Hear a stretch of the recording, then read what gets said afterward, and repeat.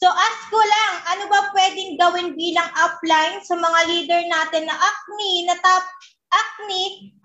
tapos di pa nakiki-cooperate sa activity ng team or training ng Ultimax. Yan, para po daw kay upline-ness.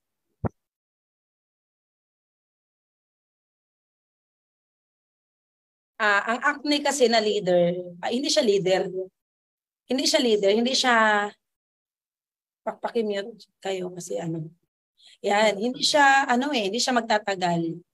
Kumbaga, meron kasing na-experience ako ng mga downline na ang lupit-lupit sa simula.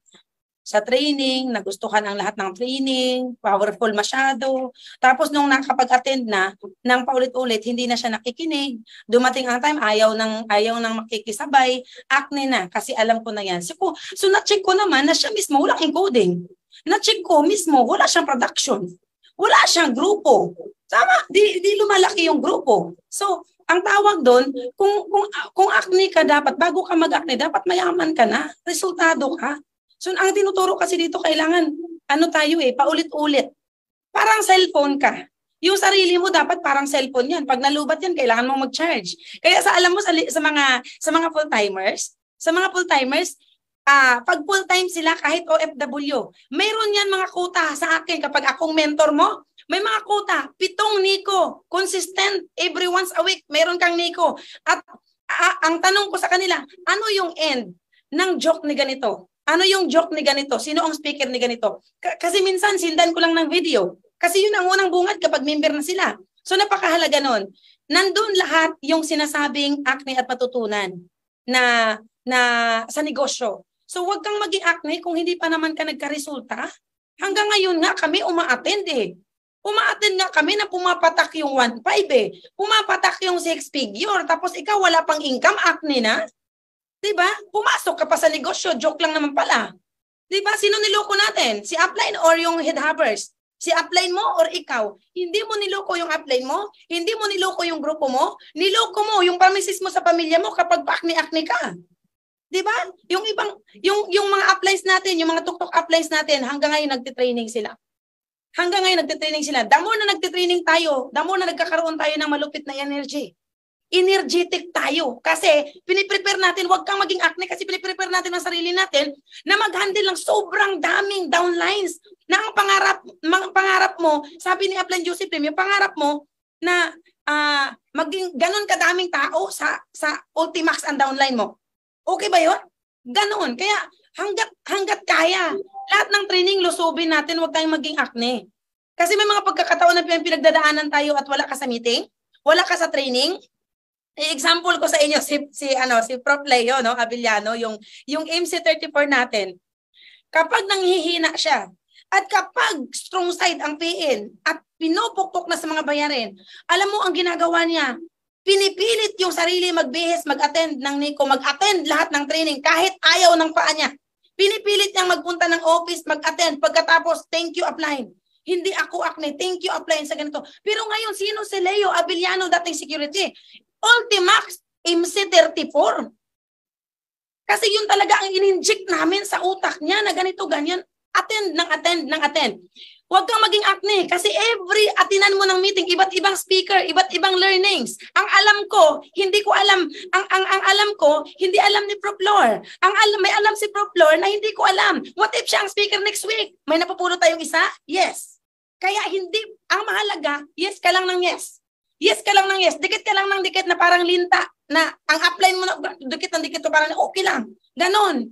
Okay? So simula ngayon, wag na yung acne na salita. Sipir mo na ang bibig, mas nakita mo ang maganda kaysa mga negatibong mga bukang bibig mo. Sipir ng bibig, wag na acne. So yan, thank you Master Ness. Yan, so baka may dadagdag po si Master Janet Mauhay.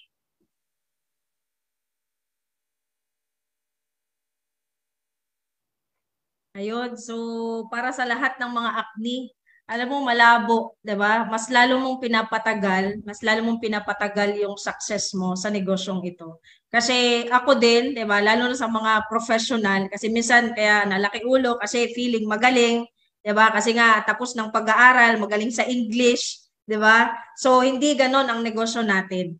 para sabihin ko sa'yo, ang una mo talagang gagawin dito, you have to submit, yung sinasabi na submit talaga sa upline mo na, alam mo yon, pag sinabing panoorin mo to, okay, so lahat ng trainings mula day 1, ako kasi isa rin ako sa copy upline talaga, kaya parang lahat ng natutunan ko na parang nakita ko yung potential ng negosyo na, imagine mo, mali-leverage, yung leverage pa lang kasi nung college ako, di naman tinuro yung leverage, na yun pala ginagawa ng mga milyonaryo, bilyonaryo.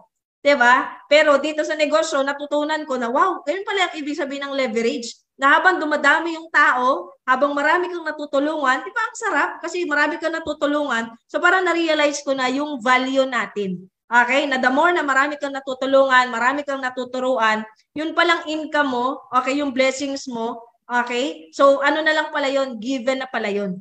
Diba? Kaya sa lahat ng mga acne dito, walang nagturo na yan ay tama. Tama ba? Ang mangyayari sa iyo niyan, hindi ka talaga makahit ng goals, 'di ba? Ang mangyayari sa iyo, malinis ka ng landas, mapapakwit ka talaga, 'di ba? So kung ako sa iyo, gawin mo siyang positive. Sumunod ka sa mentor mo, sa upline mo kasi totoo talaga 'yung sabi ni Master Ness. Alam mo ako, lahat ng speaker nung nag-start ako, kilala ko. Okay? So dapat ganun ka rin kasi 'yung iba namimili ng speaker, si ganito pala, hindi mo na ko attend. No. Totoo talaga 'yon. Lahat ng speaker mula sa president natin, vice president, sa training team, sa company natin, even dito sa sa grupo natin. Even lahat. Okay? Kasi napakarami nilang wisdom. Sobrang dami mong matututunan at ma-realize mo na etong negosyo na ginagawa natin, talagang pagyayamanin ka talaga ng sobra kasi unang-una, knowledge. Okay? Knowledge. Hindi ito tinuro for 20 years, 'di ba, sa atin? Okay, hindi tinuro ng college tayo. Pero dito, okay, yung 7 days mo, yung 1 month mo, yung 6 months mo, di ba, na undergo ka ng training. And even tuloy-tuloy lang naman yan kasi kahit kami, Millionaires Club na Global Ambassador na talagang nagtitraining pa rin. Kasi dito, walk the talk. Napaka-important. Yes, so thank you po, Master Janet Mauhay. Yan, so baka may dadagdag po si Master Flor Angel Feliciano. Alright. Sa lahat po ng mga nandito na may sakit na acne, sobrang hirap kasi niyan gamutin. Pero dapat mapalitan yan ng attitude na yes upline or yes mentor lang lagi. Kasi yan yung attitude, yan yung isa sa mga attitude ng mga nagiging successful dito sa negosyo, yung yes upline. Instead na acne na sakit, palitan mo siya ng yes upline or yes mentor. Kasi yun yung isa sa mag-lead sa'yo para maging successful ka. And nabasa ko dito sa comment box, ang sabi, itapon daw yung leader ng acne. Ayan. Tapos sa upline na may leader ka na acne, huwag ka masyadong mag-focus din sa kanya. Kasi baka mamaya yung energy mo, nabibigay mo sa kanya, na dapat meron pang ilalim, go deep ka sa mga leaders niya na mas ma-deserve pa nung time mo para maturuan sila. Kasi baka mamaya kakafocus mo dun sa kanya, ikaw naman yung bumabagal. And yung Ultimax kasi sobrang ganda ng program na ginagawa. Kaya imposible na hindi mo mapa-attend kasi nga, katulad yan, di ba? Meron tayo kaka-MC lang, MC34. So, ibig sabihin, proven and tested yung sistema natin. And maraming grupo from EC na kinokopya yung sistema mismo ng Team Ultimax. Okay? So, sa leader dyan, na acne, gamutin mo na yan. Kailangan mong mapalitan siya ng yes upline attitude kung gusto mo talaga na maging successful at bumilis yung successful. So, thank you po, Master Flor Angel Feliciano. Grabe, ang lulupit. Painit ng painit, di ba?